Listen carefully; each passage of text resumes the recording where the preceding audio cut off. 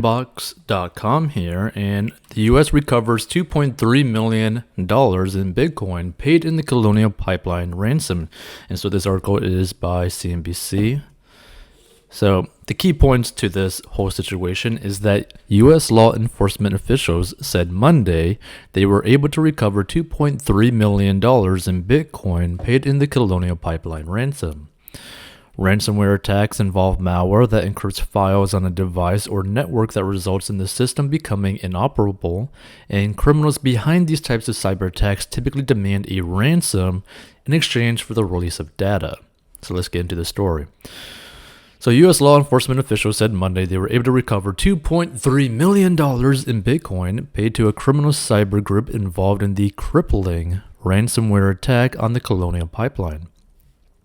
Today, we turn the tables on DarkSide, Lisa Monaco, Department of Justice Deputy Attorney General, said during a press briefing, adding that the money was seized via a court order. Alongside, Monaco FBI Deputy Director Paul Abbott explained that agents were able to identify a virtual currency wallet that the DarkSide hackers used to collect payment from Colonial Pipeline. Using law enforcement authority, victim funds were seized from that wallet, preventing DarkSide actors from using them, Abbott said. The FBI declined to say precisely how it accessed the Bitcoin wallet, citing the need to protect tradecraft. See, that's something that I find pretty interesting. It's like, how did they access the wallet? Because accessing the wallet is not an easy thing to do. Okay, so Assistant Special Agent in charge, Elvis Chan, told reporters that even foreign-based cyber criminals like DarkSide typically use American infrastructure at some point in the course of a crime. When they do, it gives the FBI a legal window to recover the funds. DarkSide operates as a ransomware as a service business model, which means its hackers develop and market ransomware hacking tools and sell them to other criminal affiliates who then carry out the attacks. So what you could kind of understand from basically the one person's comment, the Elvis Chan, Elvis, right, is that for the most part, what most likely probably happened in this situation is that this criminal organization, DarkSide, probably had to transfer their money to a U.S. bank or U.S. business that basically, allowed them to turn it into like fiat currency. And in doing so, they were able to track it and then also take control over it. So for example, they probably had the 2.3 million in Bitcoin, tried to transfer that through a bank to then transfer that into, a different currency in a different country.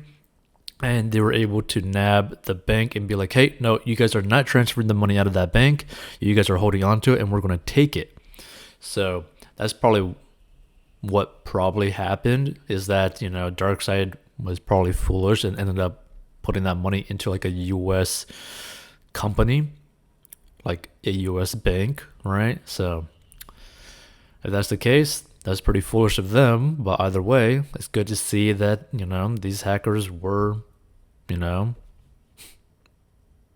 basically failing at the whole thing. So it is still unclear who DarkSide's affiliates were in the Colonial Pipeline attack.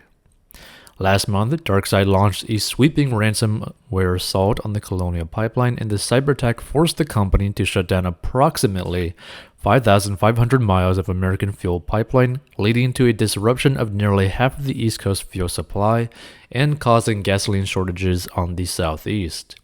So ransomware attacks involve malware that encrypts files on a device or network that results in the system becoming inoperable.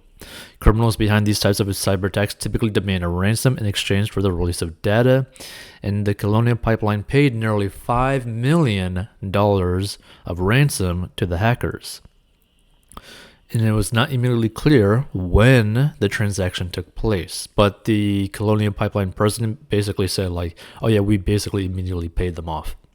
So the FBI has previously warned victims of ransomware attacks that paying a ransom could encourage further malicious activity. Completely agree with that. The government has stopped short of moving to ban ransomware payments altogether out of concern that it would have little impact on whether or not companies pay ransoms and simply discourage them from reporting attacks. The public announcement was part of a broader effort to counter the private sector's long-standing reluctance to publicly report cyber attacks and involve the government in its responses. The message here today is that if you report the attack, we will bring all of our tools to bear to go after these criminal networks, Monaco said. Officials stressed the advantages to be gained by companies that report cyber breaches quickly to the FBI.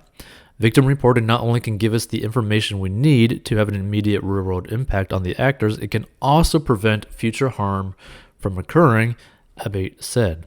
The private sector also has an equally important role to play, and we must continue to take cyber threats seriously and invest accordingly to harden our defenses, Colonial Pipeline CEO Joseph Blount said in a statement Monday evening.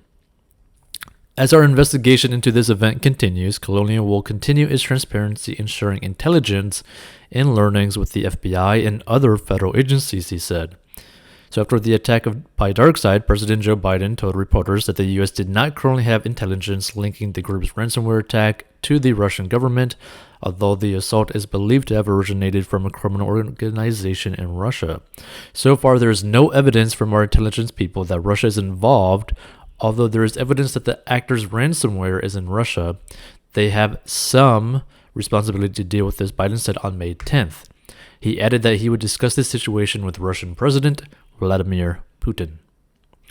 And the two leaders are slated to meet in Geneva on June 16th, which is pretty close, So the Kremlin has denied that it launched cyber attacks against the United States, and the president's message will be that responsible states do not harbor ransomware criminals, and responsible countries must take decisive action against these ransomware networks.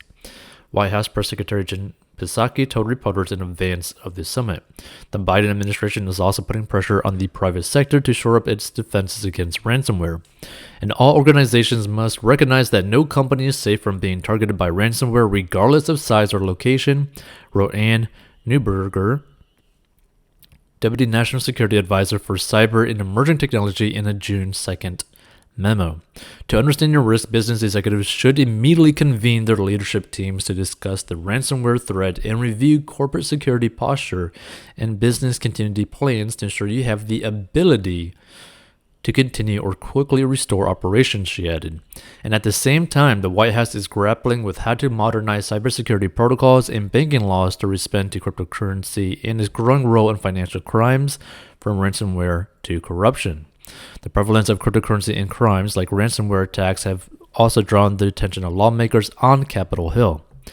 We have a lot of cash requirements in our country, but we haven't figured out in the country or in the world how to trace cryptocurrency, Missouri GOP Senator Roy Blunt said Sunday on the NBC program Meet the Press. You can't trace the ransomware, the ransom payment of choice now, and we've got to do a better job here, he added. Yeah, I completely agree with that. I think the whole Colonial Pipeline thing is honestly just like a failure in cybersecurity of a massive company, right? And the thing is, I still wonder exactly how did they actually get into the Colonial Pipeline ransom? Like, did they just toss like a USB in there? Did they hack someone's like social media accounts? Did they send someone like a text and then like infect their phone and then basically get passwords and then get inside and shut things down? I find it very interesting to see if that's ever going to be released as to how this specific criminal group actually ended up doing something. But either way, it's pretty crazy when you really think about it, and I think it's a good thing that the U.S. was able to recover the money that was paid in ransom, at least part of it. The only thing is, I don't know how people in the cryptocurrency space views this situation, because this is like a bad story for cryptocurrency in general, because a lot of people really like cryptocurrency and they really don't like that there's a lot of crimes being done through the use of cryptocurrency. But something that you could actually take from this is that, okay, even though there might be crimes being done with cryptocurrency like Bitcoin, at some point, these criminals have to basically put their money into fiat currency, no matter what, to actually really be able to utilize it to a worthwhile extent, right? They can't just keep it purely in cryptocurrency and actually truly operate or truly enjoy whatever they actually ended up taking. So that's one way to think about it, where, okay, they might have stolen this money from like in cryptocurrency, but they still had to rely on fiat money to really try to enjoy it or something. So that's one way to view it. And that should kind of like give you a better outlook on the US dollar, that they would have to rely on transferring that to probably a United States financial institution to actually utilize the money. But at the same time, it's really all about how you view the situation. But it's pretty crazy when you really think about it. Feel free to give your thoughts.